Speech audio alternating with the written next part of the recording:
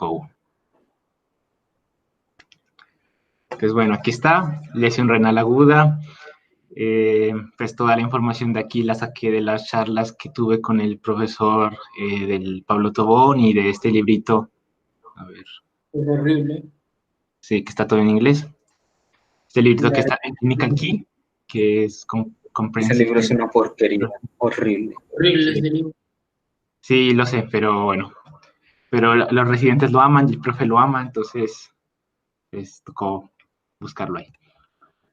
Entonces, tengo estos temas como preparados: la definición, clasificación, factores de riesgo, diagnóstico, los nuevos biomarcadores, que pues es algo muy reciente que tal vez vaya a cambiar como todas las guías que tenemos actualmente. A lo mejor el profe se le ocurre poner esto como pregunta en el parcial porque es muy interesante. Y el enfoque y el tratamiento.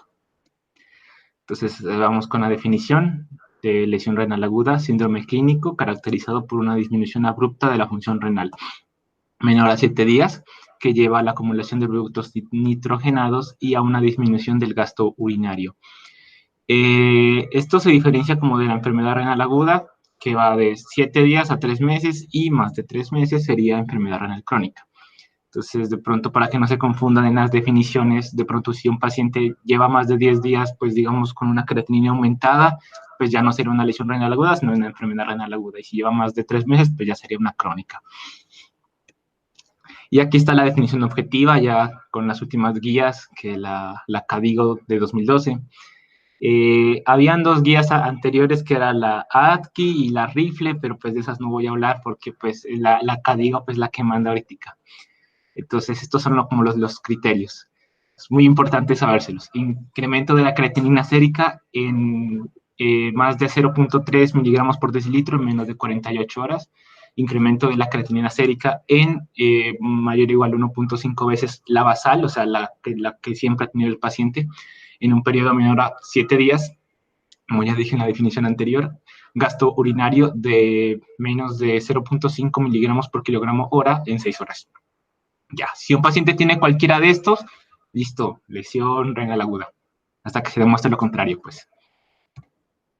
Y aquí está la clasificación ya, que se llama AKI, que clasifica de dos formas: por gasto urinario o por la creatinina.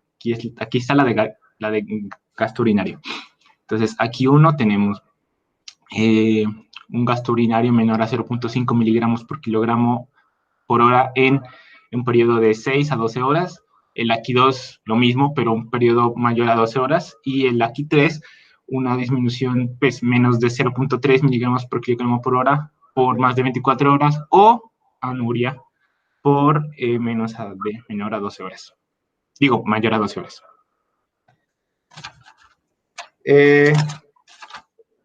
Por si no saben qué es anuria, a mí también se me olvidó, pero para que tenía la definición. Menos de 100 mililitros Ajá, creo en que es el menos de día. 100, sí. Ajá, eso es lo que dijo Will. Siguiente. Y por la creatinina sérica, que es 1, de 1.5 a 1.9 veces la basal en 7 días, o 0.3, o sea, un incremento absoluto, o sea, que se agregó a la creatinina normal 0.3 en 48 horas. Aquí 2, que es desde 2 a 2.9. Aquí 3 veces la basal, o directamente una creatinina mayor de 4. O sea, si el paciente directamente uno le hace el examen de creatinina y le sale 4 o más de 4, ya, pum. Entonces, lesión renal aguda, aquí 3. O también pacientes que estén en terapia de reemplazo renal, también pues, directamente son aquí 3. Y hay otra clasificación aparte, que es la APKI, que es como la más nueva, que salió en 2017, que como nos habla de la clasificación de los pacientes después de los 7 días. O sea, sería un paciente con lesión renal aguda que ya pasó los 7 días y que pues como que se quiere ver como su pronóstico de aquí a los 3 meses, ¿no? Que sería la enfermedad renal aguda. Entonces se clasifica APKI 1, 1.5 veces la basal, APKI 2, 2 veces la basal, la 3 veces la basal, o también en terapia de reemplazo renal. Entonces también es fácil. Lo de ADKI también añadieron como una nueva, que es ADKI 0, que serían los pacientes recuperados. De aquí se clasifican en tres de la cero. Entonces sería A, serían los mejores, o sea que no hay evidencia de lesión renal, o sea, son pacientes que totalmente se han recuperado después de, pues, de lo que le pasó. La B, que tienen biomarcadores positivos o indicadores de daño renal, los biomarcadores ahorita los vemos, y los indicadores de daño renal pues serían pues como otros exámenes del laboratorio que le indican a uno que el paciente todavía tiene algo ahí, como por ejemplo hematuria o proteinuria, aluminuria, algo así. Y la C, que es que aunque la creatinina sérica esté en valores normales, no vuelve al valor que solía tener el paciente, por ejemplo. Eso. Factores de riesgo. Aquí pues es como una lista de factores de riesgo que la saqué también del librito. Está la edad. Entre mayor edad pues hay una mayor probabilidad de lesión renal aguda e incluso un peor pronóstico que lleva a lesión renal, a enfermedad renal crónica. El género, pues a los hombres nos da más la lesión renal aguda por razones. Enfermedad renal crónica, obvio si el paciente ya tiene de por sí pues un riñón maluco, pues se puede agudizar y va a ser más grave. La proteinuria, pues un paciente con proteinuria que ya lleva varios días con proteinuria, pues también es un indicativo de que el riñón no está muy bien. Diabetes por la nefropatía diabética, falla cardíaca congestiva porque el corazón y el riñón se relacionan bastante. Sepsis, pérdida de volúmenes, ya sea por deshidratación o, por ejemplo, una quemadura grave, digamos, que afecta una gran superficie corporal, pues puede llevar a pérdida de proteínas, entonces ahí también está. Enfermedad hepática crónica y hiperuricemia. Esto es por la síndrome hepatorrenal y pues la hiperuricemia pues también causa esto. Listo, cuadro clínico. Entonces el cuadro clínico es muy característico, digámoslo así, aunque obviamente no todos los pacientes presentan esto, pero pues estos es como los síntomas más recurrentes. Oliguria, pues que es como el más principal, cambios en la coloración de orina, edemas, que pues por lo general es en miembro inferior, pero pues en algunos casos como la glomerulonefritis o síndrome nefrótico, pues incluso puede ser palpebral. Disnea, hipertensión arterial, hipoglicemia, hay un conjunto de síntomas relacionados al aumento de la urea en sangre, como náuseas, vómito, epigastralgia, prurito, insomnio. En los casos más graves incluso puede haber encefalopatía urémica. Y muy importante, que estos pacientes pueden tener trastornos hidroelectrolíticos o de ácido base. Creo que el más común de los hidroelectrolíticos es la hipercalemia y de ácido base, pues la acidosis metabólica. Bueno, esta es una imagen que saqué del libro. Aquí está como pues todos los efectos que tiene una lesión renal aguda en prácticamente todo el cuerpo, que el riñón pues se relaciona con muchos órganos. Entonces aquí está el cerebro, pues lo que ya dijimos, encefalopatía urémica, lo del corazón pues gracias a pues se aumenta la precarga y una depresión del miocardio, da náuseas y vómito en el sistema gastrointestinal, anemia y trombocitopenia porque se afecta la médula espinal. Puede haber sobrecarga de volumen y eso pues favorece a un edema pulmonar que puede desencadenar disnea. Y bueno, lo importante, diagnóstico. Entonces, como ya dijimos, pues el diagnóstico son los mismos criterios. Entonces, ¿cuáles son los dos exámenes importantes? El gasto urinario y la creatinina sérica. Entonces, es fácil. Si tiene un gasto urinario menos de 0.5 miligramos por kilogramo hora en 6 horas, pues ya listo, ahí está, lesión renal aguda. Si tiene una creatinina más de 1.5 veces la basal o un incremento pues, de 0.3, ya está. Otros exámenes como adicionales se pueden mandar para ayudar a diferenciar de pronto en pacientes si tienen una enfermedad renal aguda o una enfermedad renal crónica. Entonces podemos hacer una ecografía que nos va a ayudar, por ejemplo, si un paciente con una lesión renal aguda nunca va a tener una ecografía anormal, por lo general va a salir la ecografía normal. En cambio, un paciente con enfermedad renal crónica, pues sí puede salir que que el riñón en la ecografía tenga un tamaño disminuido o se pierde la diferenciación córtico-medular. Entonces ahí nos puede dar un indicativo de que el paciente pues ya venía con un proceso de base pues más avanzado.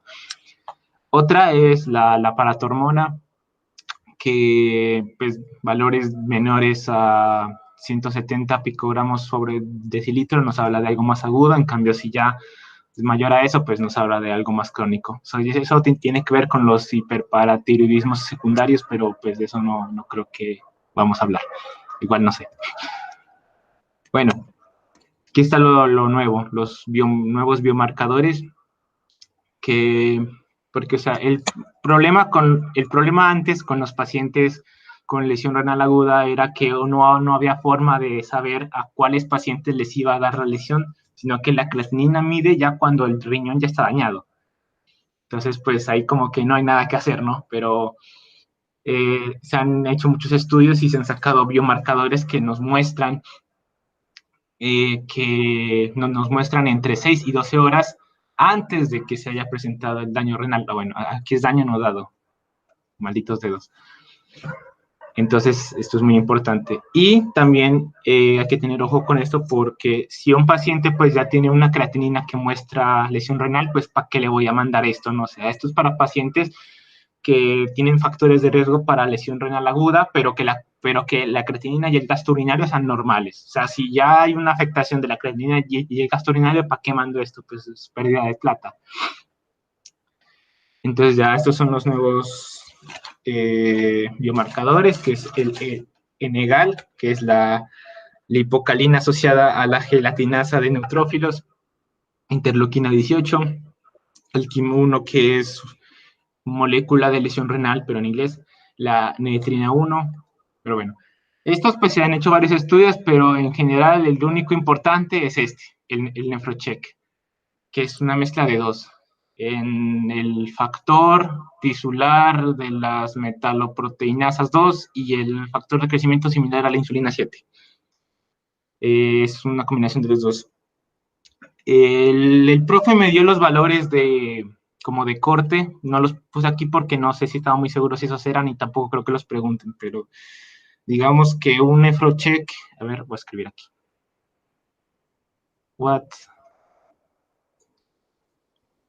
Por ejemplo, estamos hablando de esto, del NephroCheck. Entonces,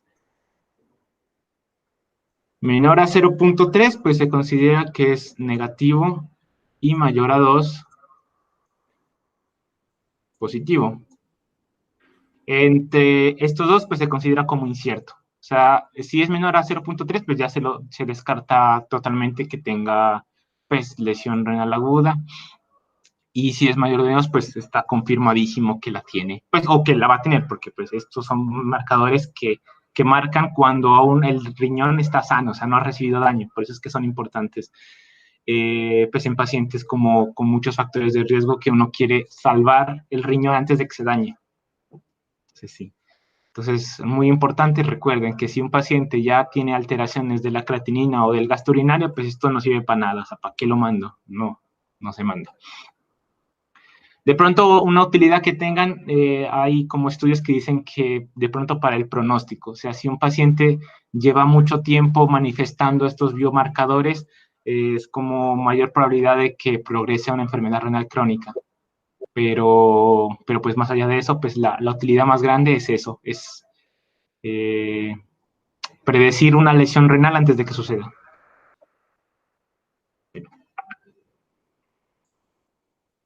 Y ahorita hablamos del enfoque. La lesión renal aguda se divide en tres, ¿no? Pues las lesiones perrenales, que representan el 50%, las renales, el 45%, y las posrenales, el 5%.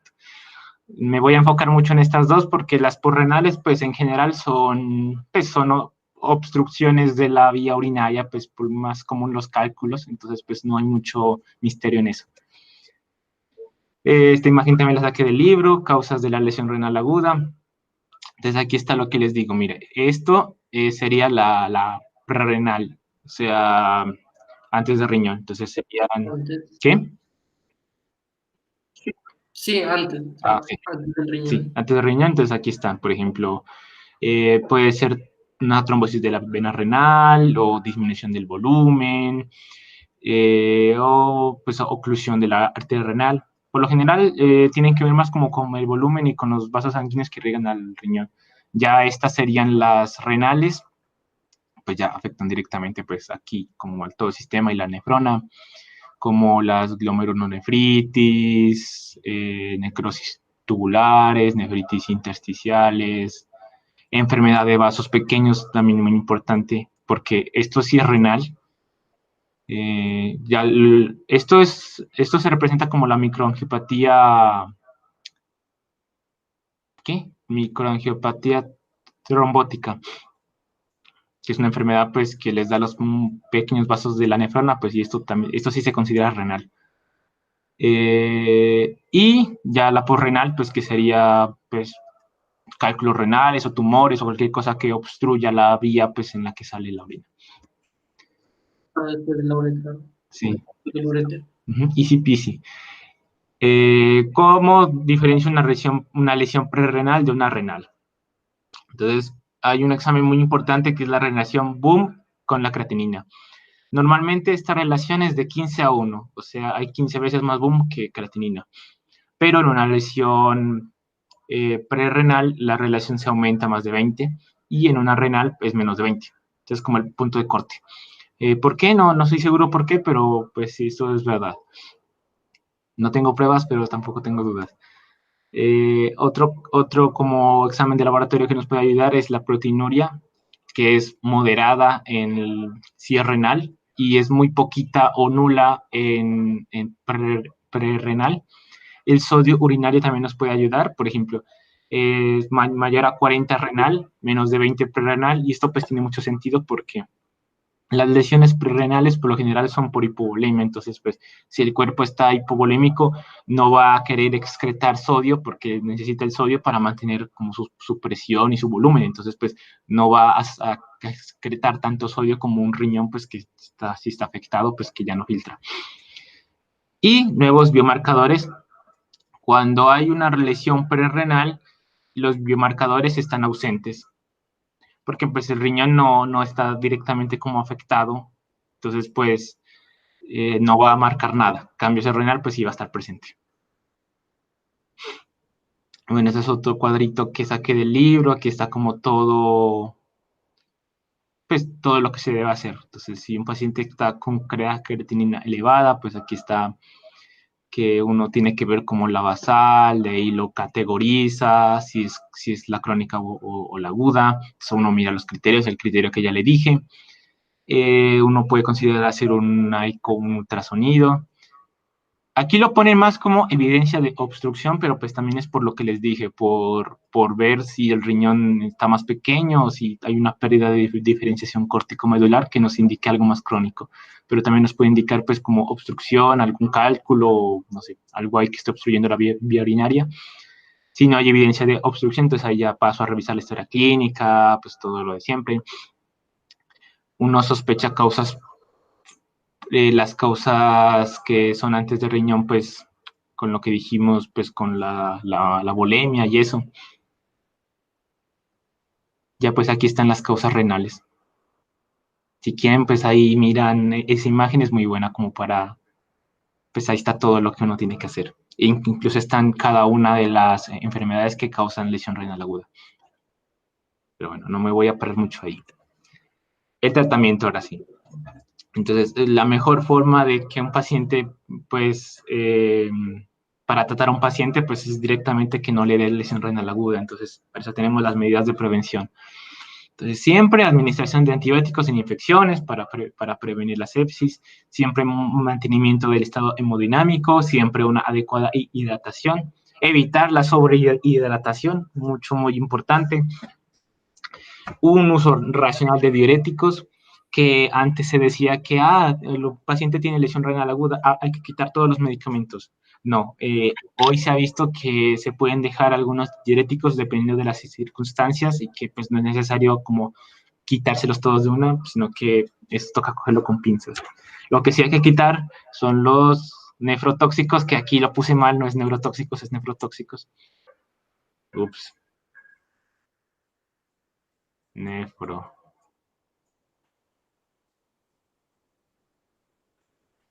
Listo. Se quitan todos los nefrotóxicos, pues los AINES y los demás medicamentos que puedan como pues empeorar el estado del paciente. Ahora sí, los pilares del tratamiento, ya cuando el paciente ya tiene una lesión renal aguda instaurada, pues sería otra vez suspensión. Maldita sea. Neuro me tiene traumado. Nefro. Ya. Suspensión de nefrotóxicos, mantener un adecuado volumen y presión. O sea, aquí toca hacer el equilibrio perfecto entre que el paciente no esté hipovolémico, pero tampoco sobrecargarlo, porque si no lo sobrecarga, se ha visto que empeora la mortalidad. Monitoreo hemodinámico, monitorear siempre la creatinina y el gasto urinario para ir viendo cómo va a evolucionar el paciente. Entonces, esto hay que hacerlo bastante seguido. Pues esto, pues muy seguido. Evitar la hipo o hiperglicemia. Según el profe, me explicó que no hay que ser muy estrictos como en el control de la glicemia, porque pues digamos que uno mira 140 de glicemia y uno se asusta y dice, oh, este man tiene diabetes, hay que bajársela. En lesión renal aguda, pues el profe dijo que se podía mantener un control más flexible. Entonces, el ideal es entre 140 y 180 de glicemia. O sea, si está en 140, pues no intentar bajarla porque pues y se ha visto que con hipo o con hiper hay más mortalidad, entonces este es como el ideal. Entonces tampoco ser tan estrictos en eso. Si tiene una glicemia de 140, pues que la tenga hasta que el paciente esté bien pues del riñón y ya al final cuando ya se recupere ya uno puede ver si le controla eso o no. Alternativas a medios de contraste, muy importante que algunos medios de contraste pues para diferentes exámenes radiológicos empeoran como el cuadro, entonces pues no mandar exámenes que requieran líquidos de contraste pues a un paciente así, para eso está la eco pues que no usa contraste. Siempre ajusta la dosis de medicamentos pues a la tasa de filtración del paciente. Pues aquí no es clase de ajuste de medicamentos porque no sé, pero pues ya sabremos.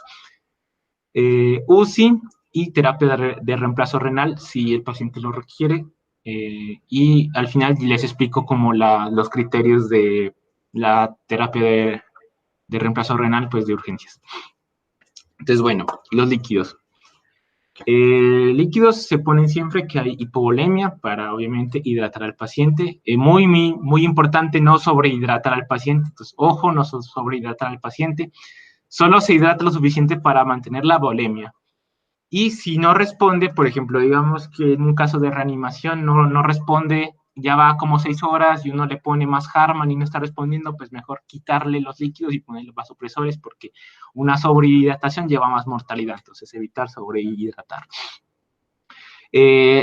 Los líquidos de elección son los cristaloides balanceados, entonces el ejemplo es el Harman, el de siempre. El profe, por ejemplo, me explicó que la solución salina no es tan buena como uno pensaría. Dijo que hay que evitar las soluciones hiperclorémicas, porque el cloro tenía algo que ver con que el cloro era un ion que favorecía mucho la acidosis. Entonces, si le metemos mucho cloro al paciente, podemos favorecer una acidosis metabólica hiperclorémica. Entonces, pues, evitar la solución salina, no importa en qué concentración, dijo el profe que es mejor el Harman, o sea, la solución salina no Harman. Los coloides y la albúmina, aunque hay un estudio que dice que la albúmina como que es igual al Harman, la albúmina es más costosa, entonces pues no vamos a coger lo más costoso porque sí. Y los coloides obviamente no, nunca, porque esto empeora la mortalidad y aunque si bien es cierto que los coloides tienen una capacidad mucho más fuerte para rehidratar al paciente, a final de cuentas empeora el pronóstico. Entonces, ¿usamos o no el bicarbonato? Eso es como una controversia, hay varios autores dicen que sí, otros dicen que no, pero pues, según el profe se podría tener su uso en una acidosis metabólica con un pH menor a 6.9, se podría usar bicarbonato, y eso pues como con cuidado. Y no abusar de las transfusiones. No, si un paciente pues tiene muchas pérdidas, tampoco es que le voy a meter ahí las 3 unidades de sangre, no. Le voy metiendo una a una y pues viendo los criterios de transfusión, pues que la hemoglobina esté mayor de 7 es suficiente.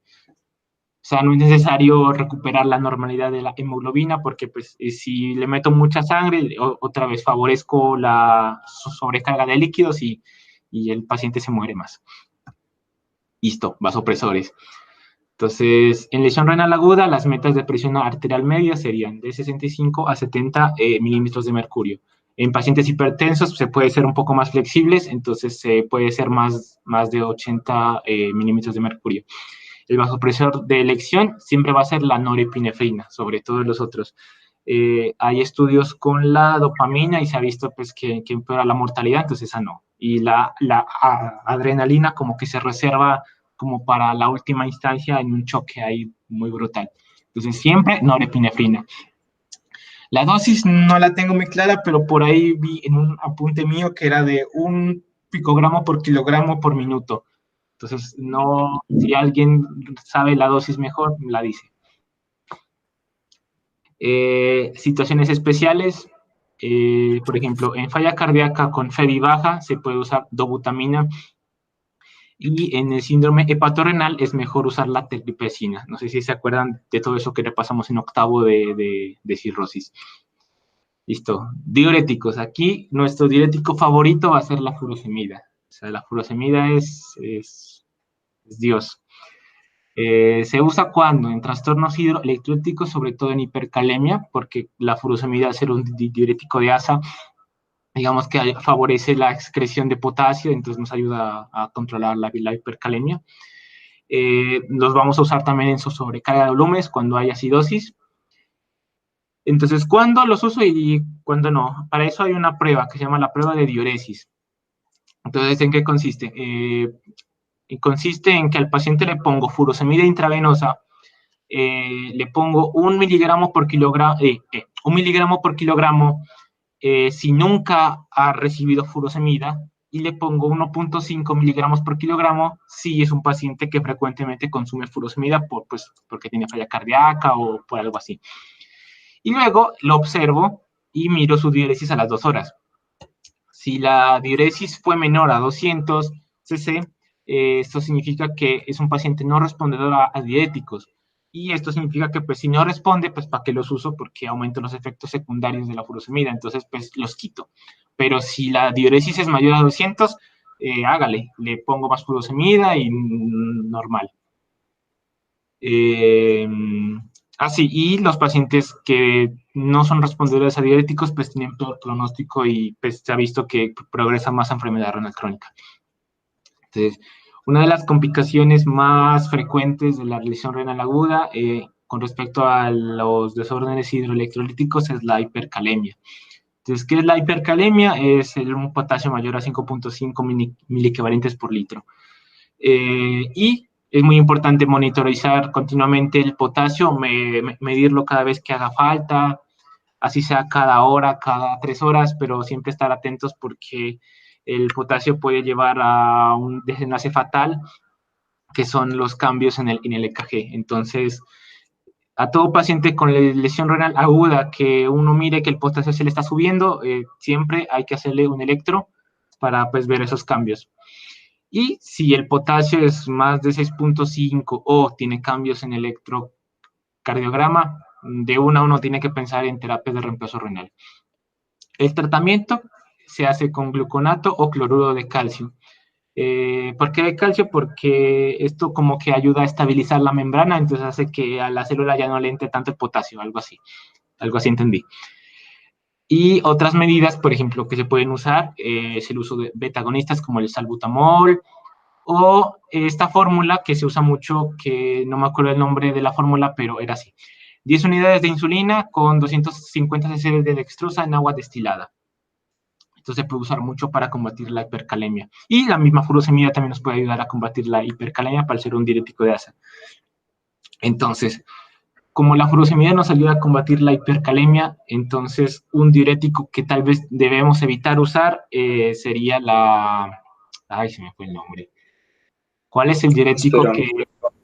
Eso, la espirolactona es la que deberíamos evitar usar porque como ese es un diurético ahorrador de potasio, pues nos empeora la hipercalemia del estado del paciente. Entonces, esta es una tablita también del libro. Aquí están los cambios electrocardiográficos según pues el nivel serológico de potasio. Miren, que la característica son las ondas T picudas y altas. Miren. Y pues no sé, esto al final ya como que se pierde como la línea de base aquí, pues y esto es un paciente muy grave que ya necesita una diálisis de urgencia. Hablando de eso, aquí están los criterios de urgencia dialítica. Entonces son estos. Acidosis metabólica refractaria, o sea que no responde al bicarbonato, digámoslo así, con un pH menor a 7.2 o que el bicarbonato pues, sérico sea menor a 12 miliequivalentes por litro. Una creatinina sérica mayor a 6, pues ya uno lo asusta y tiene que pensar en rápidamente preparar el equipo de diálisis. Boom mayor a 80 también. Hipercalemia severa, pues que sea refractaria, mayor a 6.5. Intoxicaciones con salicilatos, etilenglicol y propilenglicol, pues que son como sustancias muy dializables, pues también se hacen. Sobrecarga de volumen que no responde a diuréticos en un paciente pues con muchos edemas que la prueba de diurético pues le salió mala, pues ahí está pendiente la diálisis. Y una uremia mayor a 200 porque pues hay una afectación muy grave que es la encefalopatía urémica. Ay, creo que ya fue todo. ¿Listo? Si tienen alguna pregunta, algo que agregar.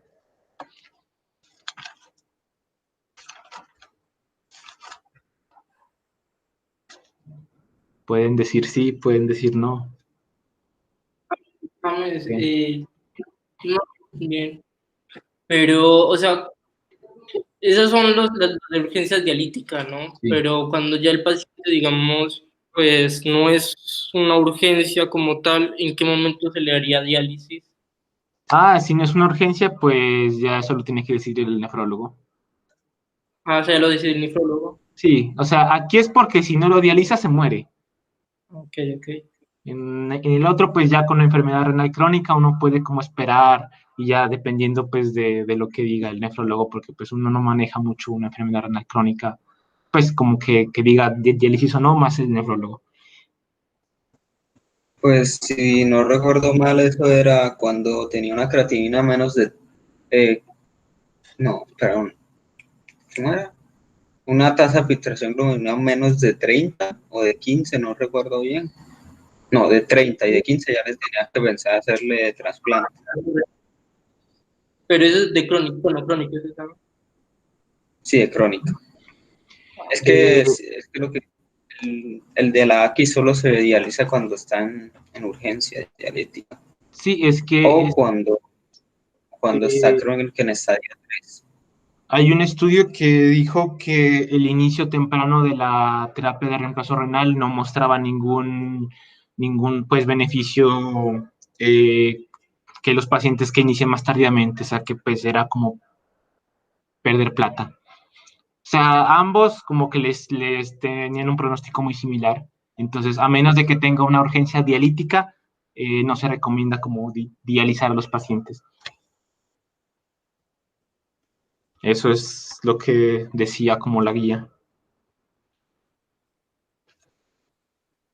Y ya, pues no sé, ¿tienen alguna pregunta? Lo importante es que recuerden eso, que lo de el nefrocheck, que existe, que no vayan a mandar eso si el paciente ya tiene una creatinina alterada, porque eso es para ver antes del daño, no después.